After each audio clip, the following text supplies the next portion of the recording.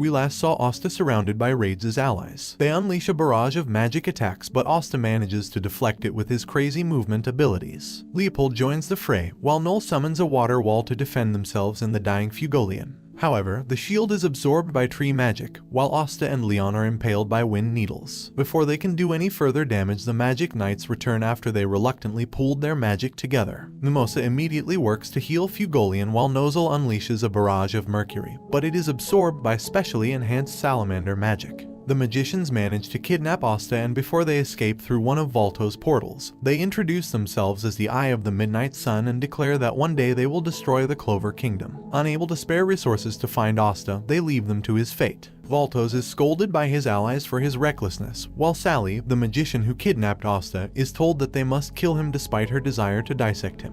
When they descend into a tunnel, they find the wizard King Julius waiting for them. He instantly kills 2 of the magicians while effortlessly avoiding the attacks of the remaining 5. He traps them in time stasis magic while a bewildered Asta looks on in awe at his sheer power. Julius turns to him and says that if he wants to be the Wizard King, this level of magic is something he will have to surpass. Julius then walks over to a slab of stone with strange symbols he had never seen before, and intends to interrogate the magicians once they return to Clover Kingdom. Suddenly, a bright flash of light swallows them all and a braided member of the Eye of the Midnight Sun appears. The braided man is able to escape with several of the Midnight Sun members, but Julius was able to retain one. He suspects that the man was their leader based on how powerful his magic was. He is called back to the capital by Marx, where he learns that Fugolian is in a precarious state. After the Magic Knights perform a full sweep around the city, he orders the strengthening of the defenses of the Clover Kingdom. Nozel excuses himself, swearing revenge upon those who hurt Fugolian. Leopold reawakens and declares that he will one day surpass his brother, burning a mark onto his forehead to remind him of this oath. The reconstruction of the city proceeds smoothly, but Julius suspects a traitor among the Magic Knights' ranks. Meanwhile, in the Midnight Sun's base, Raid swears to exact revenge on Asta, while Sally, curious about his anti-magic properties, says that she should be allowed to experiment on him alive. The leader of the Midnight Sun was struck by a smidgen of Julius's power, shriveling one of his arms, and while acknowledging Julius's phenomenal magic. Back in the kingdom, Asta and Noel receive muffins from the girl they had saved, which are immediately swiped away. Charmy. She is in a good mood due to seeing Yuno, whom she calls her food prince. Mimosa, Klaus, and Yuno pass by, and to her surprise, Asta and Yuno are acquainted. Yuno suddenly unleashes wind magic on Asta, who cuts it down in the nick of time. He then sees letters written by the magic which says "See you later, Shrimpsta," basically meaning Shrimp Asta, which absolutely infuriates him. The two go their separate ways, both eager to become stronger than the other. Asta and Noel return to the Black Bull's base, where Magna and Luck have returned from their mission, earning a star for their efforts. To their surprise, Asta was made a third-class junior magic knight for his efforts, while Charmy was made a first class for her capture of Catherine, who immediately brags to the others. Magna and Luck are despondent as they are still 5th class. However, Asta worries about the state of Fugolian, but Yami reassures him, saying that it would take more than that to kill him. As Asta is put on a rest break, Finral invites him to a mixer. Finral has trouble deciding on who else to take with him to a mixer, crossing out the Black Bull's members one by one until he decides to take Luck. They leave behind Gordon, who wanted to go the whole time. The three are transported to the city of Need, where Noel has sneakily followed them, worried and flustered that Asta is going to a mixer. They arrive at the DV Rinker, a bar where they meet and introduce themselves to the girls. While Finral and Luck show off their magic abilities, while Asta proudly proclaims he will be the Wizard King. The girls internally monologue that they find them troublesome, especially since they are Black Bulls. They then introduce themselves as Rebecca, Helene, and Erica. Finral tries to get a conversation going, but Luck and Asta are hopelessly useless, and he begins to despair at his failure of a mixer. Disguised as a barmaid, Noel is glad it isn't going well. Sek also happens to be at a nearby mixer, but the girls are also put off by his eccentric behavior. When he yells at Noel to get him another drink, she fires a water bolt at him, earning her the respect of the girls, who give an enthusiastic thumbs up. By some miracle, the Black Bull's mixer begins to go well. Helene becomes enamored with Luck, and the two go outside to showcase their magic to each other, while Erica decides to go along with Finral despite his gaudiness. Asta is left alone with Rebecca, who appears to want nothing to do with him. However, the two soon bond over their mutual love of their siblings and they start to get along. A drunken man begins to bother and insult Rebecca, but Asta flings him across the room into sex mixer, causing the girls to leave. Rebecca grabs Asta and they run into an alleyway while Noel follows them closely. Rebecca becomes somewhat infatuated with Asta and asks him if there's a girl he likes, to which Asta replies he does. Although disappointed, she does not plan to give up, while Noel assumes that the girl Asta likes is her. Meanwhile, Finral and Luck are both rejected by the girls and they sadly go home. Asta continues to train hard to be the Wizard King while various characters recall their memories of him climbing the ranks. In Hage, Sister Lily and Father Orsi are proud of Asta after hearing of his exploits at the capital. With the funds he and Yuno send back, they now live quite comfortably. Alongside the Master of the Grimoire Tower, they recall Asta's struggle and pain at not receiving a grimoire during the initiation ceremony, but they are relieved that everything has turned out well for the boy without magic.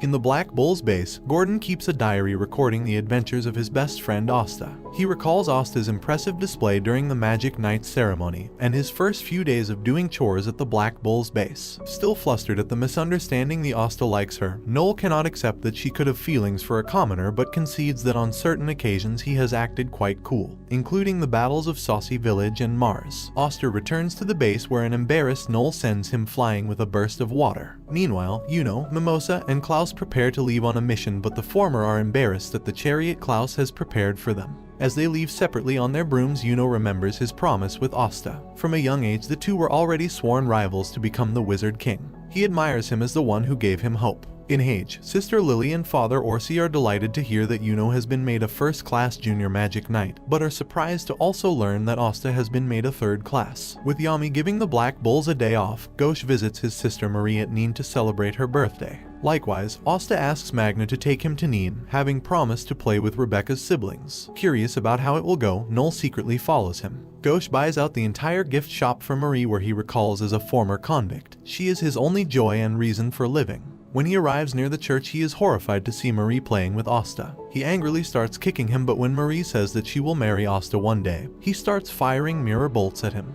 Gauche is stopped by Sister Teresa in charge of the local orphanage and takes Marie away with her. Distraught that Marie is taken away from him, he once again turns to stone. Rebecca invites them to her restaurant and to stay the night, where she prepares a feast for Asta. He praises her cooking skills, saying she would make a good wife someday. Rebecca's siblings, who have taken a liking to Asta, encourage her to jump him tonight, causing her to be flustered. Overhearing everything, Noel becomes greatly annoyed. That night, Rebecca is conscious of her siblings' suggestion to jump Asta in his sleep, and she gets up to check on her siblings. At the same time, Ghost jumps Asta in his sleep, attacking him and launching him out into the street where it is strangely snowing. Rebecca rushes out of the house and tells Asta that her siblings are missing. Across the city, distressed parents exit their homes, calling out to their missing children. Meanwhile, a white-haired magician leads flocks of children away, calling them his new best friends. Sister Teresa informs Ghost that even Marie has been taken away, and they immediately leave to find her using one of Ghosh's mirrors that Marie always has on her. Noel is told to stay behind to defend the city and contact Magic Knight headquarters to inform them of what is happening. When she does, she finds that Sek has been assigned to help out, much to her dismay. Marie awakens, having snapped out of the hypnosis due to the mirror. She finds two men, Nij, who uses snow magic, and Barrow, a large burly man. The pair work to kidnap children and drain them of their magic. Barrow uses his special glasses and sees that Marie has a wealth of magic inside her. He throws one of Rebecca's siblings, called Marco, into the snow after detecting him with little magic. When Asta, Teresa, and Ghosh see Marco out in the snow, Asta and Teresa drop down to tend to him while Ghosh goes on ahead. Asta taps Marco with his sword, cancelling out the hypnosis, and Teresa casts soothing fire magic to heal his wounds. Meanwhile, Ghosh enters the cave just in time to see Marie being dragged to have her magic power sucked out of her. To his horror, he sees scratches on Marie and he flies into a rage. Nij and Barrow are unnerved at having to fight a magic knight, and when Nij is unable to keep him at bay for long, Barrow takes Marie hostage, forcing Ghosh to stop. However, Marie is saved by the arrival of Asta and Teresa. Marie runs and hugs Asta instead of Ghosh, and the latter is crestfallen. Teresa begins inspecting the children and finds that many of them have had their magic sucked out and are unlikely to ever use magic again in the future. Nij and Barrow are cornered, but using his special glasses, Barrow identifies that Asta has no magical power whatsoever and volunteers to fight him himself, but to his shock he is blasted away. Asta says he will never forgive them for hurting the children. Sek arrives at the Black Bull's base to find reinforcements for Nîmes, but finds the place trashed. He is frightened by Gordon and Gray. An irate Yami, thinking Sek is a debt collector, grabs him by the head. Meanwhile, Nij is defeated by Ghosh while Teresa restrains Barrow. Asta becomes enraged by Barrow, who shows no remorse for his actions. While Teresa begins healing the other children, Barrow secretly sends out a mud minion to call for help. Teresa calls out to Asta and tells him that Sister Lily once trained at their church in Nîmes. He excitedly asks her what Lily says about him, and she replies that she knows him to be short and noisy, but has an indomitable spirit that never gives up, a trait which Sister Lily tries to emulate. Suddenly, Sally appears responding to Barrow's distress signal. Gauche fires off a volley of beams in a frenzy, but they are all repelled by her salamander. Asta attempts to cut her, but she easily avoids his strikes and captures him. Before she can do any more damage, Teresa frees him using fire magic, revealing that she was once a magic knight of the Crimson Lions, carrying the epithet of the She-Leopard and a mentor to Fugolian. Sally contemplates that a 3-on-1 fight may be disadvantageous to her, however Barrow asks her to heal him so he can help, but he secretly plots to escape at a moment's notice. She then injects him with a dangerous drug, radically transforming him into a giant mud abomination. To their shock, Gauche, not wanting to expose Marie to even more danger, grabs her and makes a run for it, leaving Asta, Teresa, and the other children to fend for themselves despite Marie's protests. Now the mud monster, Barrow, begins to go on a rampage, and Teresa summons a flame cheetah to get the children to safety, but it will take time for all of them to get out. Barrow tries to crush Neej, but Asta deflects the blow, telling Neej that he has yet to pay for his crimes. Meanwhile, Gauche continues to escape as he doesn't care what happens to others as long as Marie is safe. In a flashback, it is revealed that they were once part of the wealthy Adlai family, but when their parents were killed, their fortune was swindled away by their rivals. Now left to fend for themselves, Gauche stole and robbed from others until he was finally arrested and sent to prison, while Marie was sent to an orphanage with Teresa. Back in the present, he snaps out of it when Marie tells him that he hates him for being so pathetic. Gauche drops her off with the others and, desiring to have his sister be proud of him, returns to Asta and Teresa, but expects them to have run away, as he feels that in the end people only care about themselves. To his surprise, Asta and Teresa are still there, valiantly defending the children as they escape. He arrives in time to Asta's aid, but his mirror magic has little effect on Barrow. He is struck from out of the sky by Barrow, and Asta defends him again. Deciding for the first time to work with someone else, Gauche creates a new spell in his grimoire and tells Asta to look into his eye. He summons a whole brigade of Astas with swords empowered by Gauche's mirror magic, and they successfully kill Barrow while incapacitating Sally. While Neej accepts responsibility for his and his brother's actions, a bright light suddenly envelops the cave, but Neej and Gauche are suddenly attacked by light spears, while Teresa is mortally injured while defending Asta. They look on in horror as the leader of the Eye of the Midnight Sun appears, introducing himself as Licht. Asta is shocked to see that Licht also has a 4-leaf clover grimoire like Yuno. As Teresa begins to bleed out, Asta considers a suicide charge against Licht. Angered that Asta has the 5-leaf clover grimoire, Licht attempts to take it from him. Using Finral's magic, Yami appears just in time to save Asta. He instructs Finral to take home the injured, but expects him to return, which scares Finral as he had planned to just stay out harm's way. Eager to see his captain in action, Asta elects to stay behind while Licht is curious to fight Yami's dark magic. During their duel, Licht tells Yami of his story. He once hailed from a village filled with talented magicians, but they were slaughtered and their magic was stolen from them. Yami, who says his story sucks, tells his own. He was a fisherman from a land of the sun where he washed ashore in the Clover Kingdom, and after beating up a bunch of guys he was made captain. When Yami learns Licht was the one responsible for injuring Fugolian, he explodes into a flurry and manages to injure Licht with a dark magic slash, greatly impressing Asta. Yami says that there's no way Licht could have beaten Fugolian without doing anything underhanded, and invites him to face the true power of a magic knight captain. Yami tells Asta to help him and teaches him about the power of Kai, a kind of sixth sense which allows him to predict and counter Licht's attacks. Asta says it is impossible for him to do it so suddenly, and Yami replies that if he plans to be the Wizard King, then he must surpass his limits right here, right now. He tells him to practice it on Voltos, not just by relying on his ears, but by honing all 5 senses to act as one. Asta concentrates deeply and manages to deflect one of Volto's curse bolts back at him, which enraged Licht, who uses impossible to predict light whips to counter their use of Kai. The onslaught causes the cave to collapse in on them.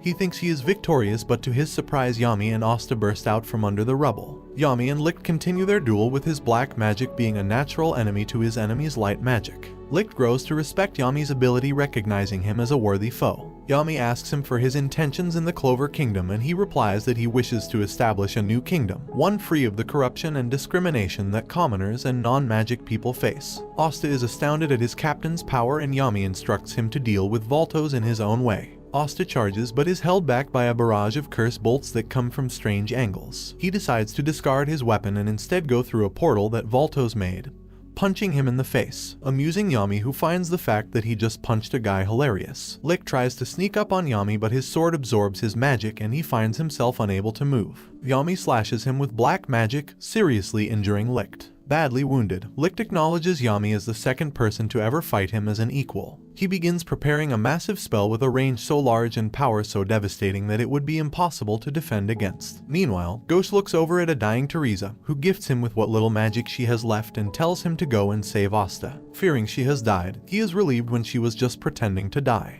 He asks Finral for his assistance in returning to the cave. Yami prepares a defensive measure but remarks that they will likely die. Even Asta would die before he can try to slash the beam. Finral and Ghosh arrive just in time for Licht to fire his magic, the Holy Ray of Light. Ghosh has Finral swap him with Asta and Yami. Using his magic, he reflects the beam right back at him, remarking that mirrors always reflect light. Meanwhile, several members of the Midnight Sun look on at Sally's injured body and decide now is the time for them to come out. As the children start returning to Neen, Noel and Rebecca go out in search of Marco and the rest. They follow Nero back to the church where they find an injured Teresa. Noel learns that they are still in the cave, fighting. Yami and the others approach Licht, who regains consciousness long enough to recognize Ghosh as a friend from long ago, despite Ghosh himself having no recollection of who he is. Yami restrains both Licht and Voltos with a dark binding, while they wait for Finral's spatial magic to recover, much to his and Ghosh's annoyance. Suddenly, 3 members of the Midnight Sun emerge from a portal, one of whom, Raya, uses light magic to touch Yami's grimoire. Another, Fauna, begins to heal Licht with fire-based healing magic. Licht identifies as his strongest members, even stronger than he, the third eye. The 3 leap into battle and Yami is startled that Raya copied his dark magic, saying that he'll sue him for copyright infringement. The third member, called Veto, uses his monstrous beast magic to pressure Yami, even destroying his prized katana. Things look dire for the Black Bulls as both Finral and Ghosh are dangerously low on magic, while Asta and Yami have been pushed back. Things take a turn for the worse when Fauna, spiteful that they harmed Licht, wields one of the 4 great spirits, Salamander, in battle. Yami just barely defends himself against her fire blast and must now defend against the third eye's onslaught with a broken katana. Finral recognizes that Yami is outmatched, with Licht even claiming that each of the third eye is stronger than a magic squad captain. As the third eye prepare to finish off a defenseless Yami, a flash of light appears before him. As the dust settles, 3 magic knight captains emerge to his rescue: Nozel of the Silver Eagles, Charlotte of the Blue Roses, and Jack the Ripper of the Green Praying Mantises. Jack takes offense that the third eye claims to be stronger than a captain and wants to put that theory to the test. The 2 sides stare each other down and a cataclysmic battle awaits, bringing the anime to an end. Comment for part 4. Don't forget to like and subscribe if you enjoyed, and turn on the notification bell so you never miss out on another video. Until next time, take care.